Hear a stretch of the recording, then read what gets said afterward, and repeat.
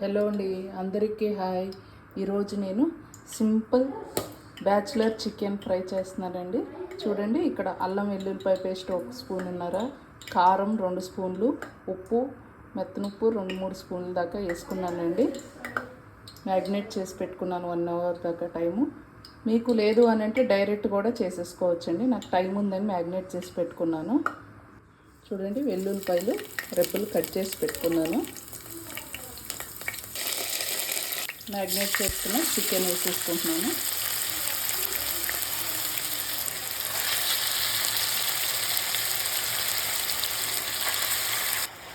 చూడండి, ఇప్పుడు దీన్ని మెల్లగా తిప్పుకున్నానండి.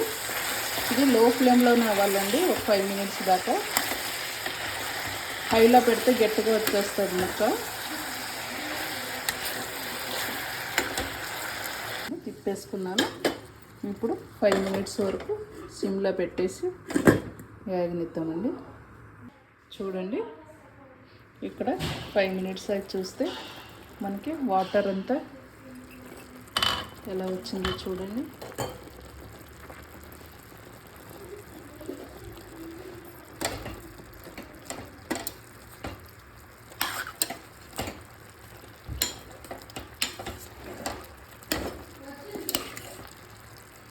ఆల్రెడీ మనం జింజర్ గార్లిక్ పేస్ట్ వేసాం కాబట్టి ఇప్పుడు కొంచెం కారం, గరం మసాలా వేసేసుకుని పెట్టుకుందామండి. నేను 3 స్పూన్ల దాకా వేసుకుంటున్నాను. ఆల్రెడీ 2 స్పూన్లు వేసాను కాబట్టి ఇప్పుడు ఒక 3 స్పూన్లు వేస్తున్నాను. ఇప్పుడు మీరు ఇది అయిపోయిన తర్వాత కొంచెం హై ఫ్లేమ్లో అండి, మరీ హై కాదు, కొంచెం మీడియం కన్నా ఎక్కువలో పెట్టుకోండి. ఇప్పుడు సరిపోతుంది. ఇంట్లో చేసిన గరం మసాలా, ధనియాలు, చెక్క, జీలకర్ర, లవంగాయలు, యాలక్కాయలు అన్నీ వేసి చేసుకున్నానండి. ఒక 2.5 స్పూన్ల దాకా వేసుకున్నాను. మీకు ఇంట్లో లేకపోతే షాప్ నుంచి అయినా తెచ్చుకుని వేసుకోండి చికెన్ మసాలా. ఒకసారి తిప్పేసి మళ్ళీ ఒక 3-4 నిమిషాలు వేగనిద్దామండి. ఫ్రెండ్స్, అయిపోయింది ఆల్మోస్ట్. ఈ వాటర్ అంతా అయిపోయేదాకా ఇప్పుడు మూత పెట్టుకోకుండా వేయించుకుందామండి.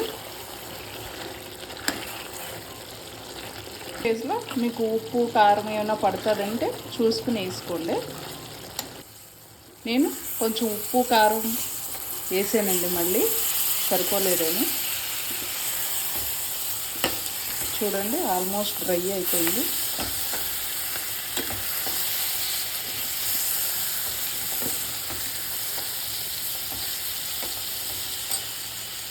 ఇప్పుడు కొత్తిమీర వేద్దామండి. చూడండి, కొత్తిమీర వేసాను. కొత్తిమీర వేసాను, ఒకసారి తిప్పుకుందాము.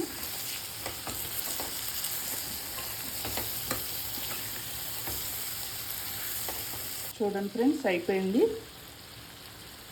ఇది బోన్తో కూడా చేసుకోవచ్చండి. నేను బోన్లెస్ చికెన్తో చేశాను. చూడండి, కొంచెం నిమ్మకాయ పిండుకొని అన్నంలో నంచుకుని తింటే చాలా టేస్టీగా ఉంటుందండి. ఓకే అండి, మీరు లైక్ చేయండి, షేర్ చేయండి, కామెంట్ చేయండి. బాయ్ అండి, థ్యాంక్ యూ.